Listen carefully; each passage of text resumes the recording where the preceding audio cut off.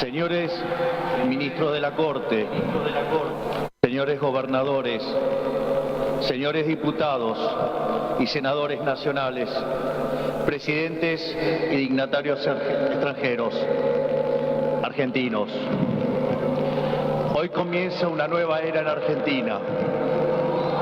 Hoy damos por terminada una larga y triste historia de decadencia y declive y comenzamos el camino de la reconstrucción de nuestro país.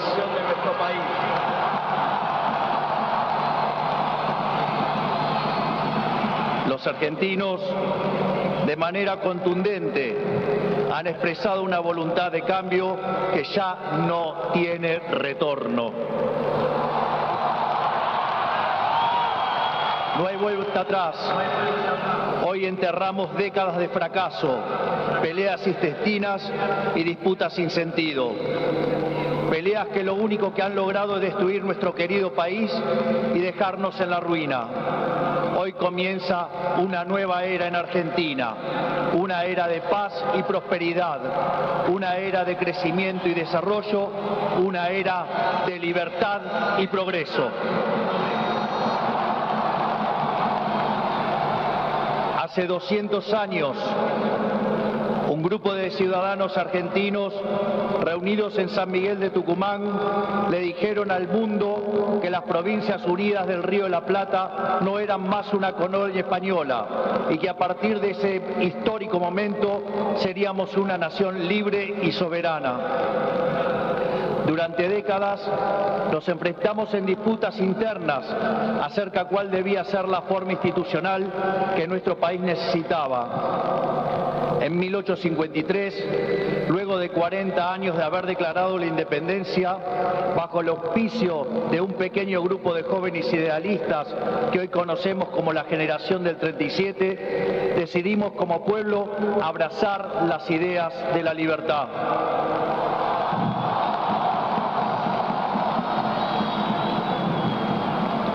Así, se sancionó una constitución liberal con el objetivo de asegurar los beneficios de la libertad para nosotros, para nuestra posteridad y para todos los hombres del mundo que quieran habitar el suelo argentino. Lo que vino después de la sanción de esa constitución de fuerte raigambre liberal fue la expansión económica más impresionante de nuestra historia. De ser un país de bárbaros enfrascados en una guerra sin cuartel, pasamos a ser la primer potencia mundial. Para principios del siglo XX éramos el faro de luz de Occidente. Nuestras costas recibían con brazos abiertos a millones de inmigrantes que se escapaban de una Europa devastada en búsqueda de un horizonte de progreso. Lamentablemente, nuestra dirigencia decidió abandonar el modelo que nos había hecho rico y abrazaron las ideas empobrecedoras del colectivismo.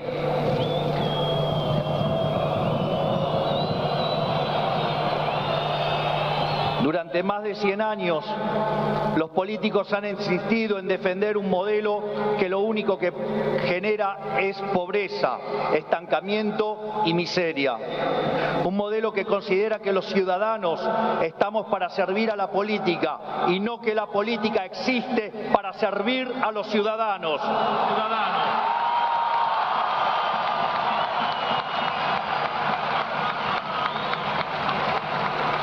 Un modelo que considera que la tarea de un político es dirigir la vida de los individuos en todos los ámbitos y esferas posibles. Un modelo que considera al Estado como un botín de guerra que hay que repartir entre los amigos.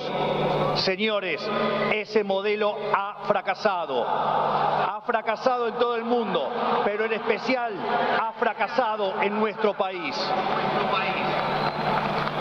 Así como la caída del muro de Berlín marcó el final de una época trágica para el mundo, estas elecciones han marcado el punto de quiebre de nuestra historia.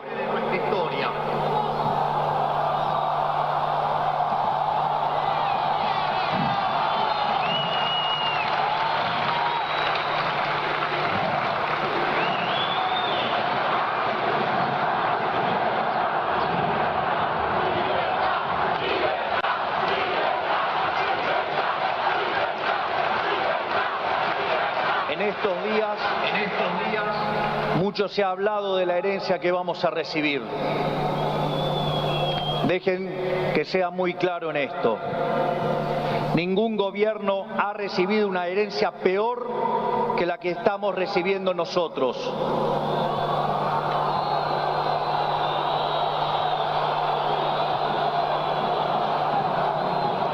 El kirchnerismo, que en sus inicios se jactaba de tener superávit gemelos, esto es, superávit fiscal y externo, hoy nos deja déficit gemelos por 17% del PBI.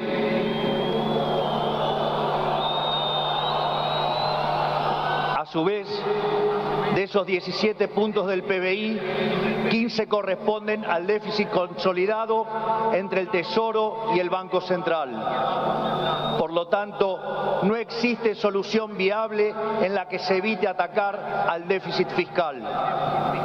Al mismo tiempo, de esos 15 puntos de déficit fiscal, 5 corresponden al Tesoro Nacional y 10 al Banco Central, por lo que la solución implica, por un lado, un ajuste fiscal en el sector público nacional de 5 puntos del PBI, que a diferencia del pasado, caerá casi totalmente sobre el Estado y no sobre el sector privado.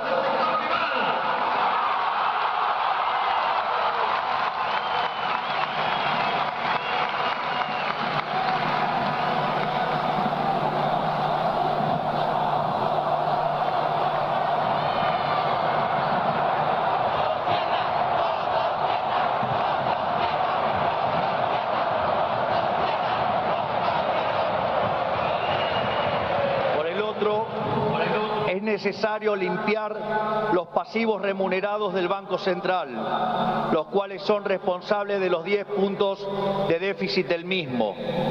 De esta manera se pondría fin a la emisión de dinero y con ello a la única causa de la inflación empíricamente cierta y válida en términos teóricos.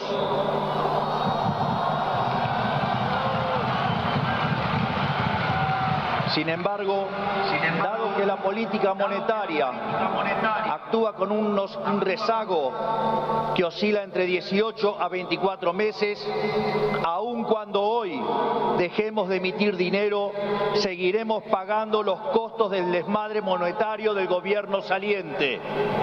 Haber emitido por 20 puntos del PBI como se hizo en el gobierno saliente no es gratis.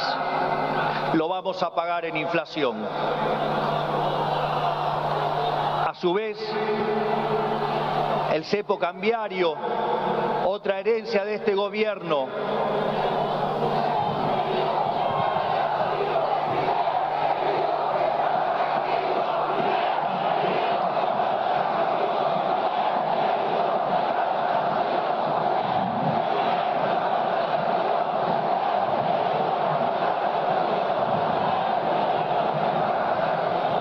a su vez, el cepo cambiario, otra herencia de este gobierno, no solo constituye una pesadilla social y productiva, porque implica altas tasas de interés, bajo nivel de actividad, escaso nivel de empleo formal y salarios reales miserables que impulsan el aumento de pobres e indigentes, sino que además el sobrante de dinero en la economía hoy es el doble que había en la previa del Rodrigazo.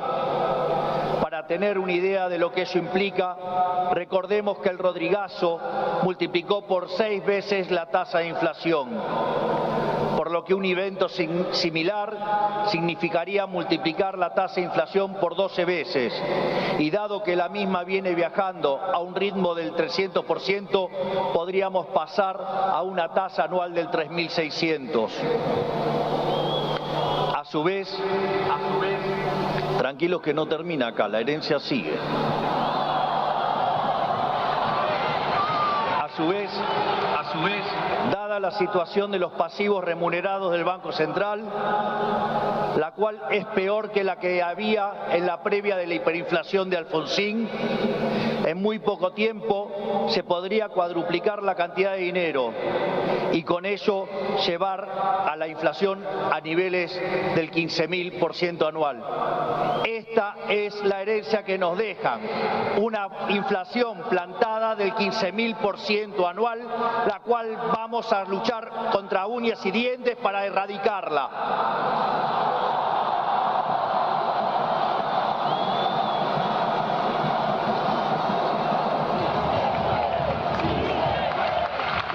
Es más, este número que parece un disparate, quiero que sepan que implica una inflación del 52% mensual, mientras que hoy mismo ya viaja a un ritmo, de acuerdo a estimaciones privadas, que oscilan entre el 20 y el 40% mensual para los meses entre diciembre y febrero.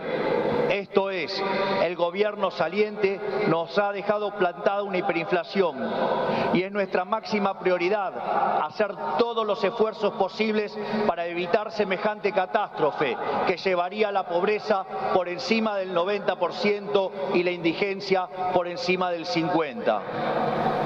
En consecuencia, no hay solución alternativa al ajuste.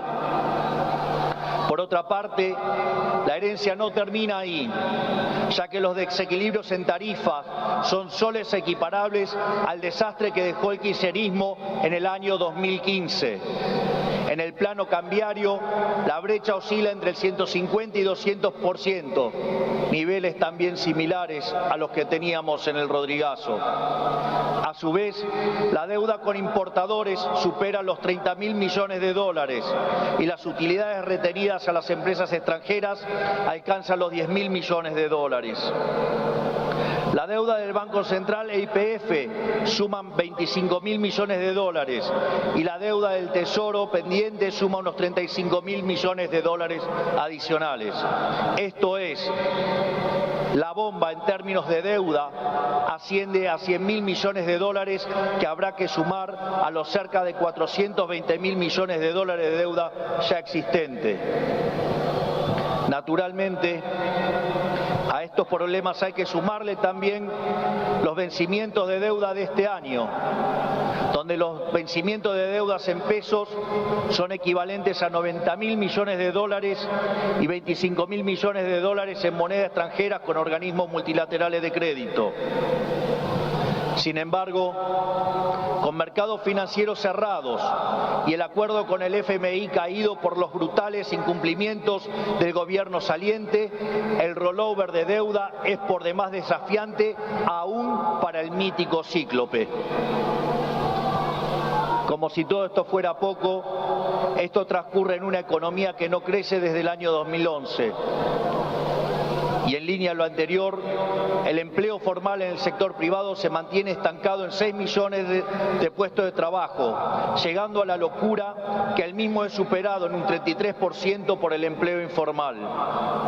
Por ello, no debería sorprender a nadie que los salarios reales se hayan destruido, ubicado en torno a los $300 mensuales, los cuales no solo son 6 veces inferiores a los de la convertibilidad, sino que de haberse mantenido la tendencia de aquellos años, o como lo decían ellos, el maldito neoliberalismo, hoy oscilarían entre 3.000 y 3.500 dólares por mes. Nos han arruinado la vida, nos han hecho caer por 10 veces nuestros salarios. Por lo tanto, tampoco nos debería sorprender que el populismo nos esté dejando 45% de pobres y 10% de indigentes. Luego de dicho cuadro de situación, que a todas luces parece irremontable, debe quedar claro que no hay alternativa posible al ajuste. Tampoco hay lugar a la discusión entre shock y el gradualismo. En primer lugar, porque desde el punto de vista empírico, todos los programas gradualistas terminaron mal, mientras que todos los programas de shock, salvo el de 1959, fueron exitosos. En segundo lugar, porque desde el punto de vista teórico, si un país carece de reputación, como lamentablemente es el caso de Argentina, los empresarios no invertirán hasta que vean el ajuste fiscal, haciendo que el mismo sea recesivo. En tercer lugar, y no por ello menos importante, para hacer gradualismo es necesario que haya financiamiento. Y lamentablemente, tengo que decírselos de nuevo, no hay plata.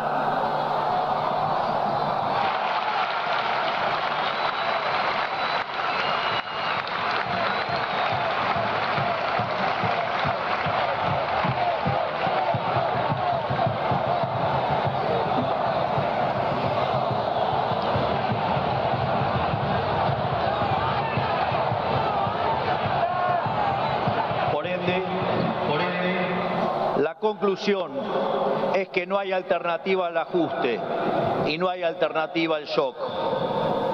Naturalmente eso impactará de modo negativo sobre el nivel de actividad, el empleo, los salarios reales, la cantidad de pobres e indigentes. Habrá esta inflación, es cierto, pero no es algo muy distinto a lo que ha pasado en los últimos 12 años. Recordemos que en los últimos 12 años el PBI per cápita ha caído 15% en un contexto donde acumulamos 5.000% de inflación. Por lo tanto, hace más de una década que vivimos en esta inflación.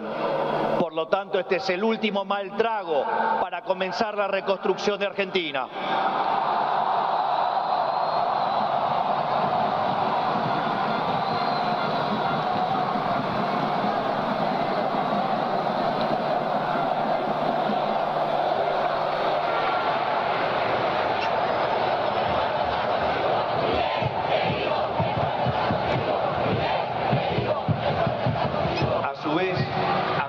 Luego del reacomodamiento macro que vamos a impulsar, el cual será menos doloroso cuanto mayor sea la caída del riesgo país y cuanto mejor sea nuestra contención desde el Ministerio de Capital Humano, la situación comenzará a mejorar. Esto es, habrá luz al final del camino.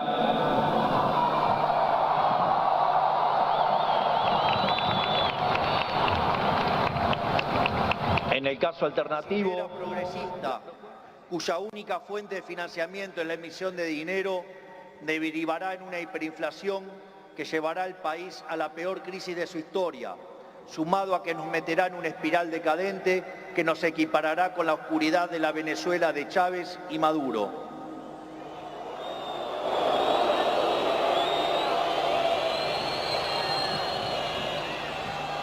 Por lo tanto, luego de semejante cuadro de situación, no pueden quedar dudas que la única oposición posible es el ajuste, un ajuste ordenado y que caiga con toda su fuerza sobre el Estado y no sobre el sector privado.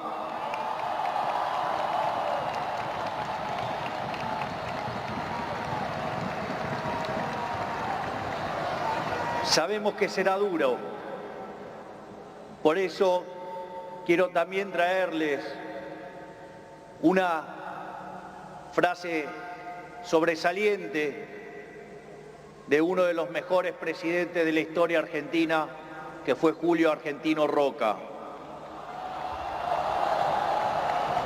Nada grande, nada estable y duradero se conquista en el mundo cuando se trata de la libertad de los hombres y del engrandecimiento de los pueblos, si no es a costa de supremos esfuerzos y dolorosos sacrificios. Pero nuestros desafíos no terminan solamente en el plano económico. El nivel de deterioro de nuestro país es tal que abarca todas las esferas de la vida en comunidad. En materia de seguridad, Argentina se ha convertido en un baño de sangre. Los delincuentes caminan libres mientras los argentinos de bien se encierran tras las rejas. El narcotráfico se apoderó lentamente de nuestras calles, a punto tal que una de las ciudades más importantes de nuestro país ha sido secuestrada por los narcos y la violencia. Nuestras fuerzas de seguridad han sido humilladas y maltratadas durante décadas. Han sido abandonados por una clase política que le ha dado la espalda a quienes nos cuidan. La anomia es tal que solo el 3% de los delitos son condenados. Se acabó con el siga-siga de los delincuentes.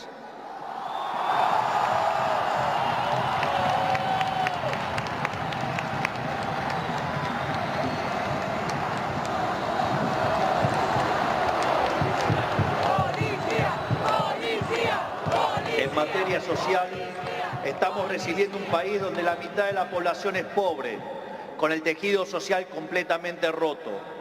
Más de 20 millones de argentinos no pueden vivir una vida digna porque son presos de un sistema que lo único que genera es más pobreza. Como dice el gran Jesús Huerta de Soto, los planes contra la pobreza generan más pobreza. La única forma de salir de la pobreza es con más libertad.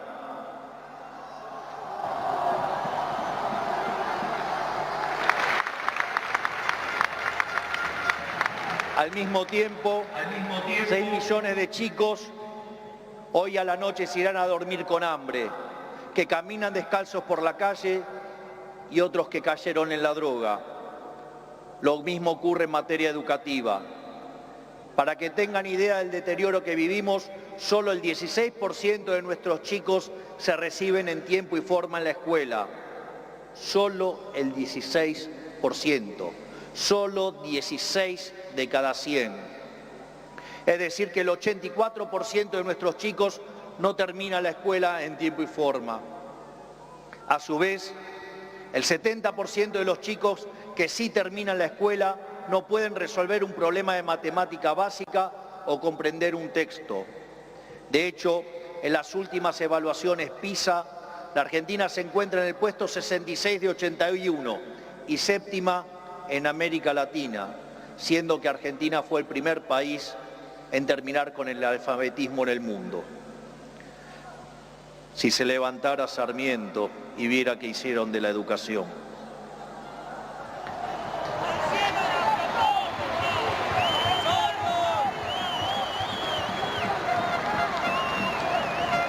En materia de salud, el sistema se encuentra completamente colapsado. Los hospitales están destruidos, los médicos cobran miseria y los argentinos no tienen acceso a salud básica. Tan es así que durante la pandemia, si los argentinos hubiéramos hecho las cosas como la media de los países del mundo, hubiéramos tenido 30.000 muertos. Pero gracias al Estado Te Cuida y su ineficiencia, 130.000 argentinos perdieron la vida.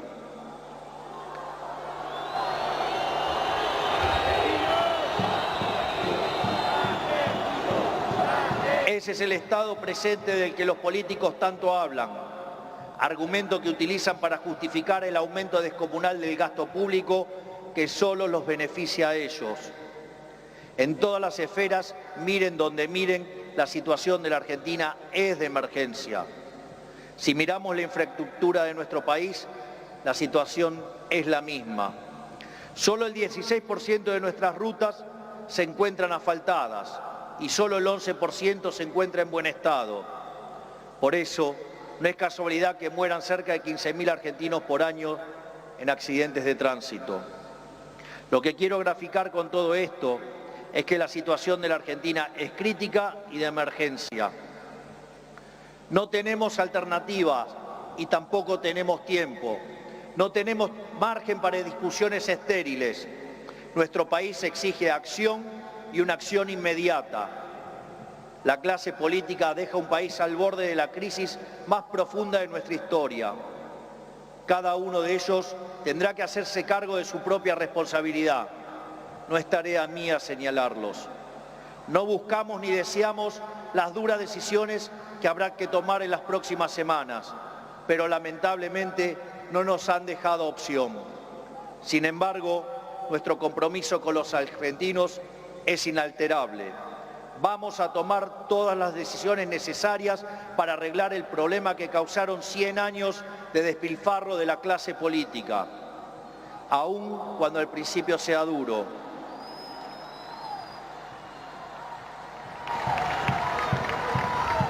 Sabemos que de corto plazo la situación empeorará, pero luego veremos los frutos de nuestro esfuerzo habiendo creado las bases de un crecimiento sólido y sostenible en el tiempo.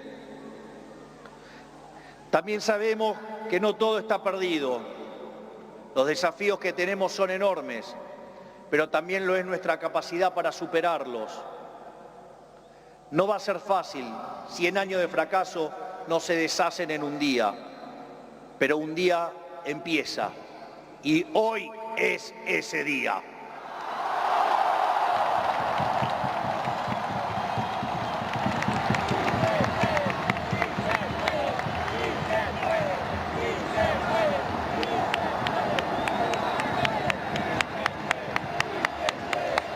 Hoy empezamos a desandar el camino de la decadencia y comenzamos a transitar el camino de la prosperidad. Tenemos todos para ser el país que siempre soñamos. Tenemos los recursos, tenemos la gente, tenemos la creatividad y, mucho más importante, tenemos la resiliencia para salir adelante. Hoy volvemos a abrazar las ideas de la libertad, esas ideas que se resumen en la definición del liberalismo de nuestro máximo prócer de las ideas de la libertad, el profesor Alberto Venegas Lynch, hijo, que dice: el liberalismo es el respeto irrestricto del proyecto de vida del prójimo, basado en el principio de no agresión, en defensa del derecho a la vida, a la libertad y a la propiedad, cuyas instituciones fundamentales son la propiedad privada, los mercados libres de intervención estatal, la libre competencia, la división del trabajo y la cooperación social. En esa frase de 57 palabras está resumida la esencia del nuevo contrato social que eligieron los argentinos.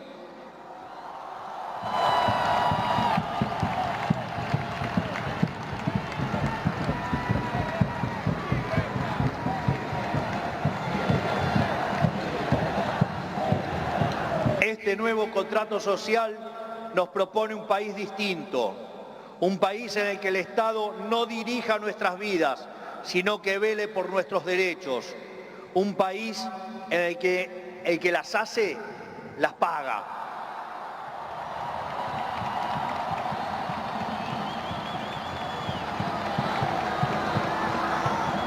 Un país en el que quien corta la calle violando los derechos de sus conciudadanos no recibe la asistencia de la sociedad. Puesto en nuestros términos, el que corta no cobra.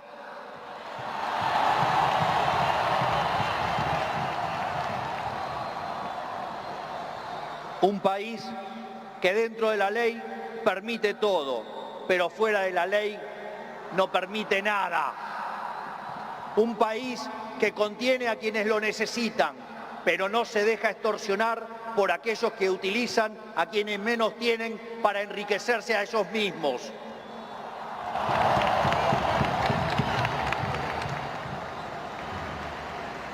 En cuanto a la clase política argentina, quiero decirles que no venimos a perseguir a nadie, no venimos a saldar viejas vendetas, ni a discutir espacio de poder. Nuestro proyecto no es un proyecto de poder, nuestro proyecto es un proyecto de país. No pedimos acompañamiento ciego, pero no vamos a tolerar que la hipocresía, la deshonestidad o la ambición de poder interfieran con el cambio que los argentinos elegimos. A todos aquellos dirigentes políticos, sindicales y empresariales que quieran sumarse a la nueva Argentina, los recibimos con los brazos abiertos.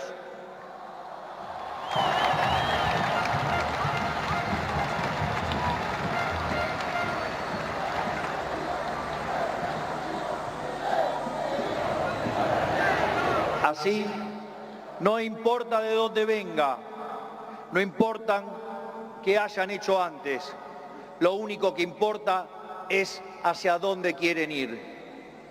Aquellos que quieren utilizar la violencia o la extorsión para obstaculizar el cambio, les decimos que se van a encontrar con un presidente de convicciones inamovibles, que utilizará todos los resortes del Estado para avanzar en los cambios que nuestro país necesita. No vamos a claudicar, no vamos a retroceder, no nos vamos a rendir.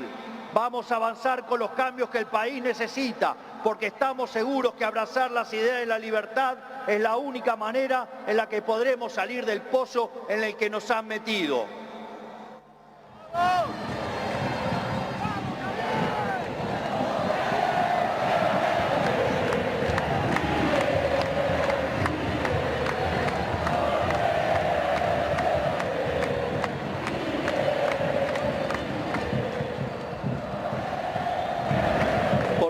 tanto, y para ir terminando, que quede claro, hoy comienza una nueva era en Argentina.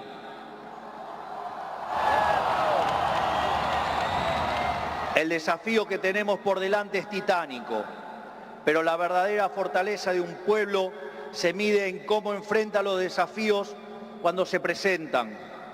Y cada vez que creemos que nuestra capacidad para superar esos desafíos ha sido alcanzada, miramos al cielo y recordamos que esa capacidad bien podría ser ilimitada. El desafío es enorme, pero lo afrontaremos con convicción. Trabajaremos sin descanso y llegaremos a destino. No es casualidad que esta inauguración presidencial ocurra durante la fiesta de Hanukkah, la fiesta de la luz, ya que la misma celebra la verdadera esencia de la libertad. La guerra de los macabeos es el símbolo del triunfo de los débiles por sobre los poderosos, de los pocos por sobre los muchos, de la luz por sobre la oscuridad, y sobre todas las cosas, de la verdad por sobre la mentira. Porque ustedes saben que prefiero decirles una verdad incómoda antes que una mentira confortable.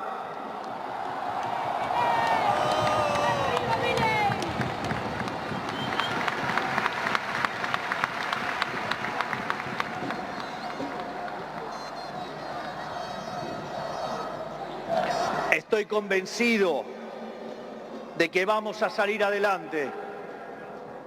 Recuerdo cuando hace 2 años, junto a la doctora Villarruel, hoy vicepresidente de la Nación, ingresamos a esta casa como diputados. Recuerdo que en una entrevista me habían dicho: pero si ustedes son 2 en 257, no van a poder hacer nada.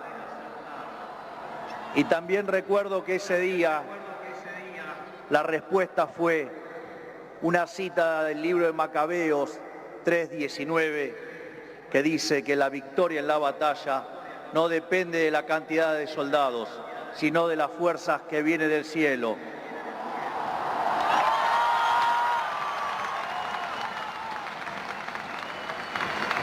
Por lo tanto, Dios bendiga a los argentinos y que las fuerzas del cielo nos acompañen en este desafío. Muchas gracias. Será difícil, pero lo vamos a lograr. ¡Viva la libertad, carajo! ¡Viva la libertad, carajo! ¡Viva la libertad, carajo! Conforme a ponerse de pie que vamos a salir. Por el artículo 75 de la ley 26.522, hasta aquí han transmitido LRA1, Radio Nacional Buenos Aires, República Argentina, y LIC82 TV Canal 7, la televisión pública, junto a todas las emisoras que integran la cadena nacional de radio y televisión de todo el país, y el servicio internacional RAE, Radiodifusión Argentina al exterior, con motivo de haberse celebrado el acto de asunción presidencial, ceremonia de juramento constitucional para el cargo de presidente de la Nación Argentina del doctor Javier Milei, desde el Congreso de la Nación Argentina. Hemos escuchado las palabras del señor presidente de la Nación, Javier Milei. A partir de este momento, las emisoras participantes continúan con la transmisión de sus respectivos programas. Muchísimas gracias a todos y hasta siempre.